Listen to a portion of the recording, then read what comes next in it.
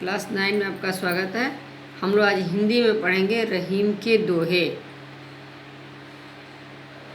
रहीम का पहला दोहा है, रहीमन धागा प्रेम का मत तोड़ो चटकाए, टूटे से फिर ना जुड़े जुड़े गांठ पड़ जाए। रहीम कवि कहते हैं प्रेम का धागा को तोड़ना नहीं चाहिए, अर्थात प्रेम के संबंध को खराब नहीं करना चाहिए। टूटे से फिर ना जुड़े जुड़े गांठ पड़ जाए, यह संबंध जो है एक बार अगर खराब हो गया किसी तरह तो दोबारा पहले जैसा विश्वास मिठास नहीं रह जाता है। इसे धागा टूट जाने पर जोड़ते हैं तो पहले जैसा नहीं रहता है, उसमें गांठ पड़ जाती है। दूसरा दोहा है, रहीमन निज मन की बिथा मन ही राखो गोद, सुनिए लई है लोग सब बांट न लई है को। रहीम कवि कहते हैं कि मन में जो कष्ट है, पीड़ा है, उसे हमें किसी दूसरे से कहना नहीं चाहिए, क्योंकि कहने से लोग जो है पीड़ा को दूर नहीं करते हैं, परेशानी को दूर नहीं करते हैं, उल्टा उसका मजाक उड़ाते हैं। तीसरा दोहा है, एके साधे सब सधे एक साधे सब जाए, रहीमन मूल सींची वो फूले फले अघाए। रहीम कवि कहते हैं कि जिस तरह हम पेड़ की जड़ में पानी डालते हैं, मूल माने जड़ होता है, जड़ में पानी डालते हैं तो उसका फूल फल पत्ता सभी में पानी चला जाता है। उसी तरह अगर एक ही ईश्वर की हम आराधना करते हैं तो हमारे सारे कार्य सिद्ध हो जाते हैं, सभी देवी देवताओं की आराधना हो जाती है अगर एक हम ईश्वर की आराधना करते हैं तो। यानी हमें अपने लक्ष्य पर ध्यान रखना चाहिए। अगर एक लक्ष्य की हम प्राप्त करते हैं तो हमारे सारे छोटे बड़े कार्य पूरे हो जाते हैं।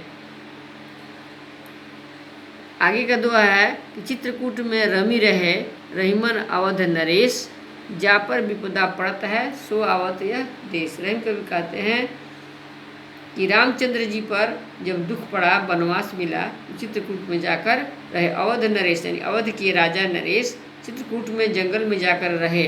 जा पर विपदा पड़त है सो आवत है, जिस पर दुख पड़ता है वही उस देश में जाता है।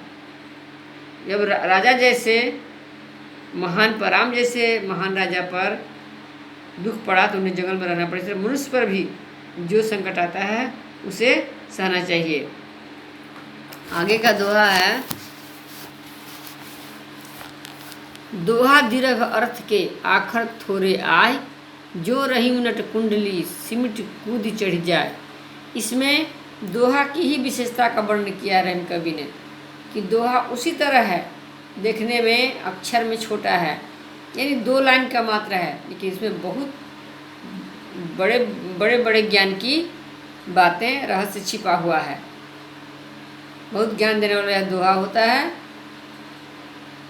उसी तरह जैसे नट जो होता है वो देखने में छोटा रहता है, लेकिन कूदने की कला में माहिर होने के कारण वो कुंडली मार्ग अपने शरीर को सिकुड़ा कर छोटा करके ऊंची से ऊंची छलांग भर लेता है। आगे का है, धनी रहीम जलपंक को लघुजी पियत अघाय, उदधि बड़ाई कौन है जगत पियासो जाए। रहीम कवि कहते हैं धनी रहीम जलपंक को, धन्य है पंख यानी कीचड़, कीचड़ वाला जल हो जो है वह धन्य वह है, या कीचड़ वाले धन्य को धन्यवाद है, जिसमें छोटे बड़े जीव सभी उसका पानी पीकर अपनी प्यास बुझा लेते हैं, तृप्त हो जाते हैं। उदधि बड़ाई कौन, उदधि यानी समुद्र, समुद्र की क्या बड़ाई है, क्या तारीफ की जाए, जिसके सामने सारा जगत प्यासा रह जाता है, क्योंकि उसका जल नमकीन होता है, खारा होता है।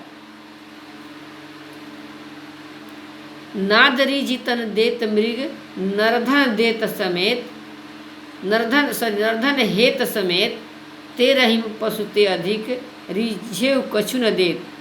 यहाँ रहीम कवि मनुष्य से अच्छा पशु को बताते हैं, हिरण को बताते हैं।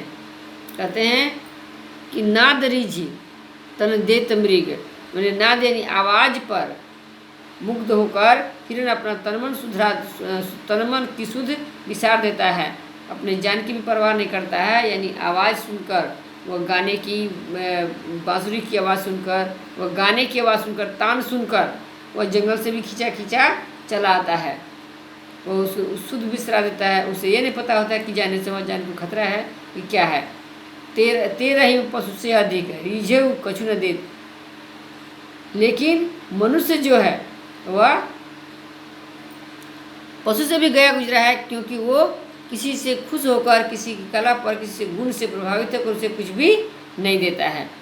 और आगे, बिगड़ी बात बने नहीं लाख करो किनको, रहीमन फाटे दूध को मथे न माखन कोय। रहीम कवि कहते हैं अगर बात किसी कारण से बिगड़ गई है, संबंध किसी कारण से बिगड़ गया है, वो कितना लाख करो उपाय, यानी कितना भी उपाय हम कर लें वह बनता नहीं है। जैसे अगर दूध फट गया तो कितना भी मथेंगे उसमें से मक्खन नहीं निकलेगा। बाकी के हम आगे पढ़ेंगे। धन्यवाद।